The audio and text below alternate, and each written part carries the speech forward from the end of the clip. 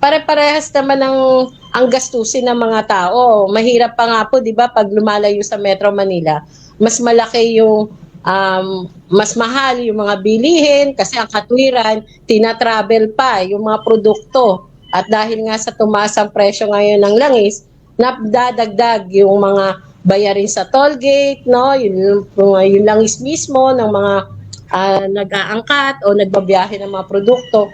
Kaya makatwiran lang talaga na isang national minimum wage dapat, hindi regional wage kasi pare-parehas naman na nangangailangan.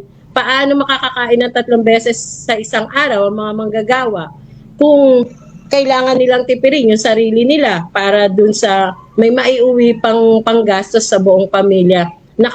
Nakasalang po yung kalusugan ng mga manggagawa dahil binabarat.